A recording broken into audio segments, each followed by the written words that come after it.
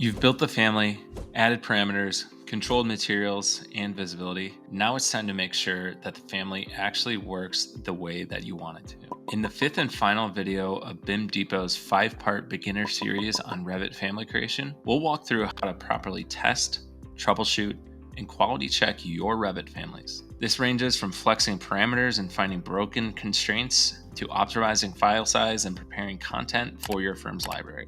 If you'd rather not QA every family yourself, BIM Depot's library is built with clean, tested content that's ready for production. Let's finish strong. So your first goal, once we're back in this project space, your first goal is to ensure that your family is behaving the way that you want it to. So that's really all the parameters that we've gone over throughout this video series. You want to make sure that they're behaving the way that you set them up to. A lot of times you will set your family up to behave one certain way, and it behaves in a totally different way, kind of inadvertently.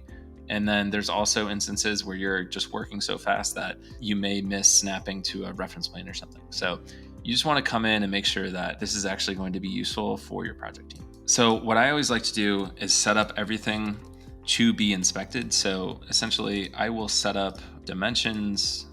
I'll want to make sure that I'm capturing everything. So even that little reference plane there. And the first step really is just testing, the baseline parameters. So our dimensions are behaving appropriately. So let's go ahead, click edit type, and we'll just go down the list here. So isolate this. So our offset, remember that's kind of the offset here, 3 inches. So that looks good. So it's one thing to make sure like, hey, this is matching up this 3 inch to that 3 inch or, any other dimension here. But it's another thing to actually test it. So what if we come in here and we would just want like a 1 inch offset? Click apply, and then we can confirm, yeah, that works. So let's, I always like to do a smaller dimension and then do like an overly large dimension, so 2 feet. So now we know we kind of work in the smallest condition and then also large condition and then the condition that we actually want. So our width, so 6 feet, we can see 6 feet here. Let's change that to different dimension, make sure it works. And then same thing, you kind of just go down the list here. And then with a instance parameter, we just want to make sure instance parameters, they always show up within your properties dialog box. But so 3'6", 3'6", we're good there. Let's change 7 foot. So instance parameters, I always like to adjust it within this. And then also test the grips just to make sure those work. So once I'm done and I feel really comfortable with testing these dimensions, just depending on how you're working on this stuff, I always like to just undo back to the baseline point. A, so you don't accidentally save over it, or B, just you want to like kind of test the baseline condition with a baseline setting. So I always like to test that in each type. You don't need to test how these dimensions work in each type, but you do just want to make sure that whatever your type name is, just make sure that they're actually aligning. So your width and your height is actually aligning with your type name. Another big one that we mentioned in the first video is just, your naming conventions and how you're doing your reference planes. So just making sure, I always like to zoom pretty far out and then see, you can really quickly get an idea for all your reference planes. So just making sure that all of them are named properly. So, in the bottom left-hand corner, you can see it, or the little dialog box in the middle, you can see how they're named. So just going, making sure they're all named the way that you want them to be named. And then they're all in the correct location. So, just ensuring, again, dimensions are right. A lot of times you will be using reference planes that you never want to reference within the model. So, say if this had wheels, we wanted to snap to these wheels, but there's never really a time that I'll ever need to snap to these wheels. So let's go ahead and load this in. So now if we come back here, you'll notice that that reference plane that I just created, it's popping up now. So it's really just creating clutter essentially. So we don't necessarily need this shown here. So let's go back into our family. And then if we never want to reference it, you'll just go all the way to the top, click not a reference. Let's go back. And then if we do our align command, you'll notice that it does not show up within the model anymore, but it's still working as it should within that family. So if we were to adjust it to any sort of parameter, it'll still function. It's just not showing up. So it's kind of just like working in the background. Another one that we'll want to test, just making sure that we have our parameters set up correctly. So just making sure that, that instance, fast way to see if it's instance versus type is always this default will be behind the instance parameters. And then another one is just making sure if you want to include that parameter within a schedule, just making sure that it's a shared parameter. So a really fast way to do this, you'll see as I hover over this parameter, it says family parameter in that dialog box. And then if I hover over shared parameter, it's going to say shared parameter. You can also double check this by clicking the little pencil at parameter. You notice shared parameter is checked and not family parameter. We'll want to make sure that our materials are working properly. So again, we have this parameter associated from the previous video associated with our material.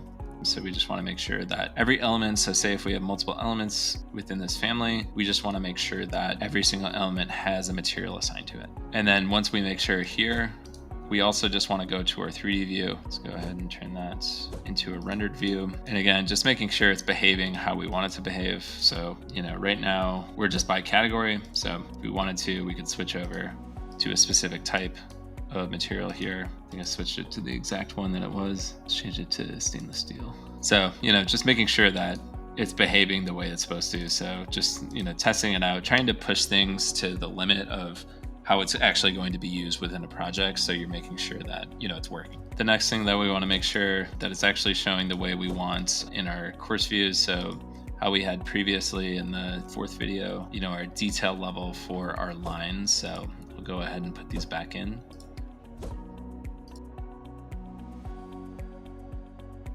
So just making sure that all the settings that we have within here, they're actually performing correctly. So not only the detail levels, so coarse, medium, fine, but we always want to make sure that our view specific displays, they're showing up correctly too. So this is really similar to how we did, as we were just going through in the previous tutorials. We're going to do a lot of that same stuff and just make sure it's functioning properly. So just going through our detail levels, going to our elevational views to make sure those are showing the way that we want. So showing the front and back, but not the side profile. And then we already saw that it's showing in our plan views. So really those are the basics. So kind of all the 5 different videos within this series. So just going through all of that and making sure, hey, this is how I set it up within the family space. Go ahead and pull it into the project space and just make sure it works the same way. Because a lot of times, there'll be a mistake where it doesn't happen or, it doesn't catch right. A lot of times you'll see, especially with like reference planes, you'll notice that hey, one of these isn't snapped or, it's not associated with the reference plane. And then you start to change that dimension, but the box stays the same size. So it's really kind of just ensuring that, hey, this is all working properly. So that's a huge reason to kind of flex it in all these different ways. So a lot of times when you get into these more complex families, you'll have loads and loads of reference planes. So it's really easy, again, to reiterate, just make sure you're naming these properly. And, the more specific you can be, the better off you are. But one way this helps is if you're dimensioning, it's actually going to tell you what reference plane you're dimensioning to. So that's super helpful to name off of. So a lot of times you'll accidentally snap to the wrong reference plane. So that can be a common area of that's causing issues. A lot of times in a similar case, you might accidentally snap to the geometry instead of the reference plane. And again, it's not always an issue, but it can, for these more complex families, start to create a lot of errors kind of within the project spaces, so, like glitches and things like that. So just, always making sure you're snapping to that reference plane. That's always something to check. It's more of a quality assurance thing that while you're creating the family is just, being really diligent, and instead of snapping over in this area and tabbing over, just do your snap over here where there's only, you only have one thing to snap to. It's not really a guessing game. So if you are kind of, lost a little bit and you want to try and figure something out, down at the bottom here, there's a button that's called Reveal Constraints. So you can do that. And then even if you have like a constraint hidden or deleted, or, what you think to be deleted, this is going to show it. So let's go ahead and clean this up a bit. If you do run into an issue where, some part of the family is not working, I always suggest doing, like testing one parameter at a time. So don't go and make a bunch of modifications to all your dimension strings at once. Just do it one by one, and that'll kind of start to narrow things down. So you can figure out, okay, it's not the length, it's not the width, but oh, I found out that it's the height now. If I modified all of the things at once, you don't really know which parameter is the problem. Once you get down to it and you're ready to publish this thing, make sure that all these extra reference planes that you may have created just, in the course of creating the family, just make sure they're deleted, deleting any unused symbolic or graphic lines or filled regions that aren't necessary anymore. If you go to the Manage tab, you can use Purge Unused. So essentially this is different, and this will vary once you get more complex, but there's a bunch of stuff within here that you could get rid of that are really making the file size bigger. So materials is kind of a big one. So if there's a bunch of materials that you're not using, go ahead and purge those out, and then it's going to lower the size of your file. So which is good, especially like for furniture families, doors, things that are recurring a ton throughout your projects. Each time that's loading a ton of baggage. So if you can get this thing as lean as possible, that's going to be best in the long end. Another thing to do is within families. So I don't have any in here, but if you had a bunch of nested families, they would show up here. Just get rid of any sort of like nested family, or even filled regions that aren't being used, any links if you had them, groups. So just go ahead and clean this thing out and just make sure the only things that I have within here are things that I'm actively using.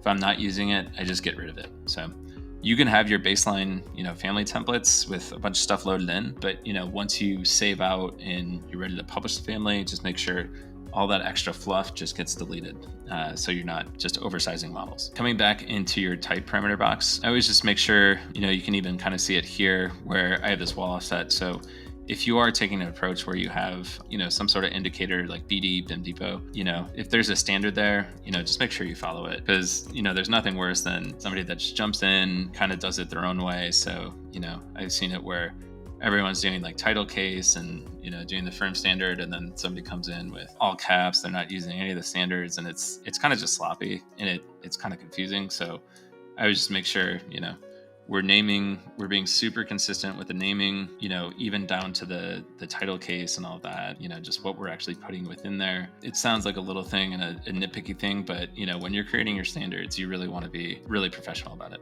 Another thing too, like if there's multiple lengths here, so in a case like this, so if we're talking about like multiple lengths, so dimensions here, so if we were to say, call this BD length versus BD length 2, that's, it's not super clear on what that is. So you always just want to make sure you're being descriptive on what that parameter is controlling. And then another thing here too is like, if you have all this stuff here, I always like to like group things together and, make sure things are like properly grouped together. So when we do our group parameter under, just making sure that's an appropriate place for this. And for those that have purchased BIM Depot families before, you'll sometimes notice that like, for like a cabinet family, I'll try to do like the main things. So the height, length, and width, I'll do that in dimension. But then let's say we have a bunch of parameters specifically for like the door or the handle. I'll try and group those in a separate thing. So, in that case, it might be the way it's constructed. So that way, like if you're looking for something that's all within that same type of category, you're really kind of going up, and then you see all the related parameters together, and then you can actually sort things by this up down arrow kind of within that group. So another thing that we covered quite a bit is just, when to model in a detail, actually model certain particular things in 3D versus when to use your annotative stuff. So, this is sort of like a best practice QA thing, but making sure that you're using these symbolic lines, detail components, or filled regions. So let's say if there is, like a recess within this, you could do that.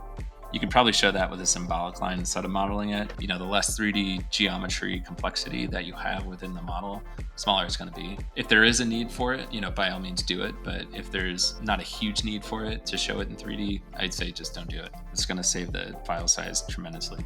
Another thing to avoid is importing CAD files and exploding them. So going to import and then exploding 2D CAD file in here, it's going to massively load up the amount of line styles that you have in here, object styles, and then it's just going to make it super complex. So a lot of times I'll link it and then just grab the lines that I need. So you link it in and then kind of trace over what you need. But yeah, it's always best to not import CAD files, as it will add a significant amount of baggage to the file.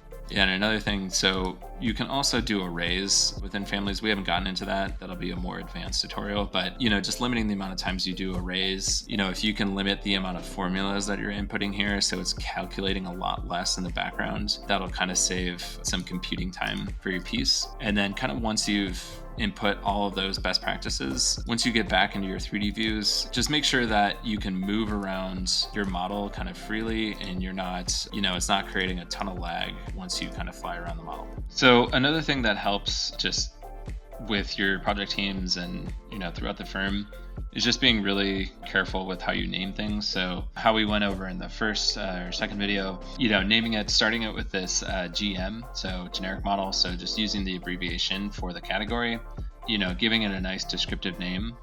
And then if you want to put your firm standard, or in this case, BIM Depot, at the end, that's really going to go a long way. Just, keep things consistent. It's always going to help and just provide a lot of clarity. Even for people that are new coming in, it's going to make it super easy for them to adapt and learn things. So the more standard things are, the easier it is to learn. So that's the basics of doing your quality assurance and quality control. Just making sure that you have clean families to reduce errors. It really improves collaboration, and it ends up saving you time on every single project. If you'd like access to a PDF version of this list, so it's really just a comprehensive quality assurance checklist, and I really use this every time before I go to publish a family, whether it's for the firm or for BIM Depot. It's a really good checklist to make sure that you're hitting all the points. You can download that at bimdepot.com, and we will add a link below for that quality assurance checklist. Go ahead and download that and keep it by when you go creating your new families. So that's a wrap on BIM Depot's 5-part beginner series on Revit Family Creation. If you missed any of the earlier episodes, be sure to go back and catch up. Every video builds on the previous one and culminates with this last video. If you're ready to work smarter, not harder, head to BIM Depot to explore our full Revit family library that includes both families and templates. If you like this video, give us a like, subscribe, and keep building better with BIM Depot.